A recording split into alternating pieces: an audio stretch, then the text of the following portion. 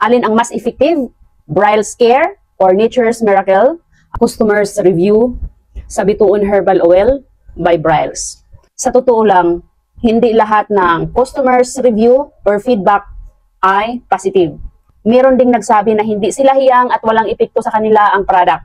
So yan yung totoo. Para sa mga nagtatanong kung alin ang mas legit, alin ang mas effective sa Brilez Care at Nature's Miracle, ang masasabi ko, depende kung saan ka hiyang. May mga nakagamit ng Brilez Care na hindi hiyang, hindi effective sa kanila ang Brilez Care, sumubok sa Nature's Miracle, dito sila hiyang. At meron din namang mga nakagamit ng Nature's Miracle na nagsabi na hindi sila hiyang or walang epekto sa kanilang product.